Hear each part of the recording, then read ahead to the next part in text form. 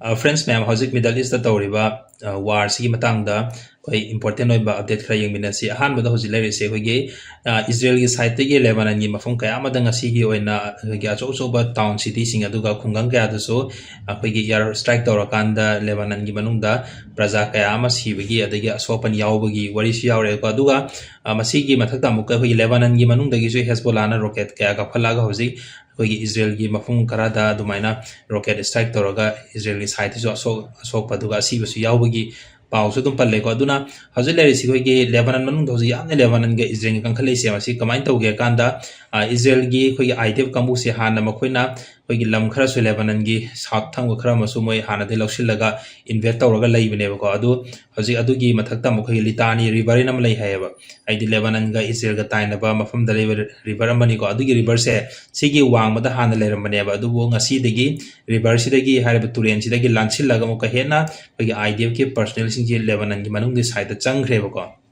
aduna hojik yam kanna hojik khoi Lebanon gi khoi Hezbollah ga aduga Israel gi idf ka hojik kanna lantheng na gi paw leire duga khoi keno gi Hezbollah gi side gi su han na makoina use sum taw da ba makoina season na da ba khoi drone makhala mai ta harib drone si makoina keno dagi Iran dagi lobun hai ko adu Iran dagi lobu masigi technology se masigi se sin naraga harib drone sing na hojik Israel gi mafum kaya do Israel gi khoi army base adagi mo airfield kya do attack toroga to me asoga pan Israel gi su yaw bagi wari sing de so hojik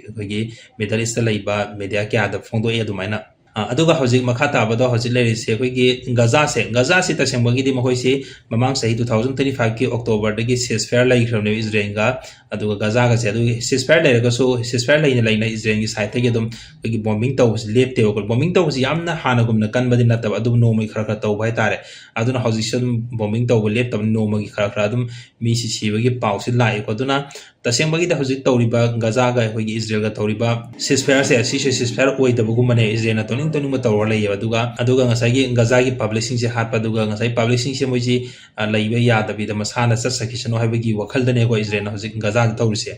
aduga khosai gi Iran ga USA ga lairiba condition jene sini khoi gi Iran ga USA ga lairi se makhoi sajik peace negotiation hai tar makhoi gi ceasefire se hojik makha ta na sangdok na bagi tawbune ba adubu sangdok na bagi pot si khoi gi Iran gi side gi budi yare ba ko ya ba sida ngasai gi Donald Trump na sign ji pi da bi laire ba hojik phogi oina moi sangdok pagi ceasefire taw na bagi pot se adu ceasefire se kano dagi khoi USA gi side gi har su tawdi tawune adu ko khara munna khanthara kana dumaina tawnen haibane adu Israel gi side gi so moina pambi sina ngasai gi ceasefire se taw dobi lan makha taw ba pamane adu bo America na de lan direct taw de pam da bai tare moi publishing su ya da ko aduna America sa su marak tane sappaga leiri se adu ga hoji kano gi khoi gi USA gi side gi har si so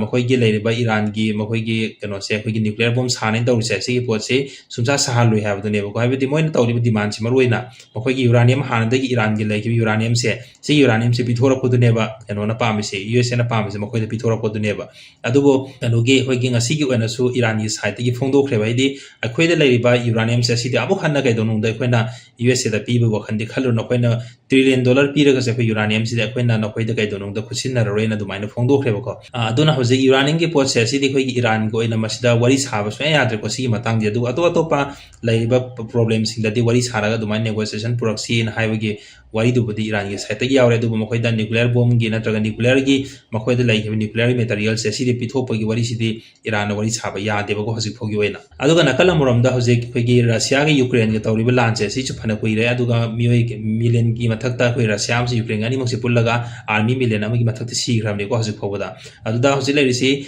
Russia gi Ukraine ga hoji lai pau sina kamai taw gi Ukraine si han leram da makhoi da drone technology khara anu ba khara yor khre ba Ukraine da adu har ba Ukraine gi drone se si AI based taw ne ko AI yaw ne duna masina hoji se yam toina hai tare khoi gi Russia gi manung da laiba chau ba khoi gi oil facility sing ati city sing da so makoina attack taw ba strike taw ga oil facility kya ma manghan ta khan bagi pau so yaure ko duna Ukraine sing asai gi ahan bo mai nobam me na tra moi solam me adu ta so koina lan se taw ra experience me am du phangaga Ukraine so ma panga chung kan khale ba adu ga si gi matang se da Russia bu di han de ma pangin kal ga lairi ne ko adu Russia gi side gi har si so kai gumba na khoi henjil la ga di akoi Russia khoi na taw ngam du ut kene duna even kip ta lairi ba khoi gi Ukraine ki capital se da laiba atopa country gi deployment ma khai thok roina hai bo yaw khram ne ko aduna Russia Ukraine gi tension so jikan na lai adu ga ngasi kaino Zelensky na ngasi phone फोंदोखिबदा माना हाइखिबसे अखोइगी पुतिनगी वखंदा अचौबा कनोगी रशियागी army सिंगसिना अचौबा operation अमा Ukraine दा चथगदौरी हाइबा pot अदुगुम वारी मसु Zelensky साइडगी फोंदोखिगो अदुना Ukraine रशियागी वार सिसु लोइबगी वा लेते सबसाना सिना ngambra ngamdabra haibsu leitaba aduga hoi adubu Ukraine की मफम फनियामदी Russia लौसिनखेबको लौसिनबदु हंदोकप ngamdre Ukraine लौसिनलगा लेरबने अदुबो लान सबसाना लोइरे है पोतरी सुलै लेइत्रे हजु फुगिन अंगम अंगम अदु मोइ अटैक तौनरियबा अदुगा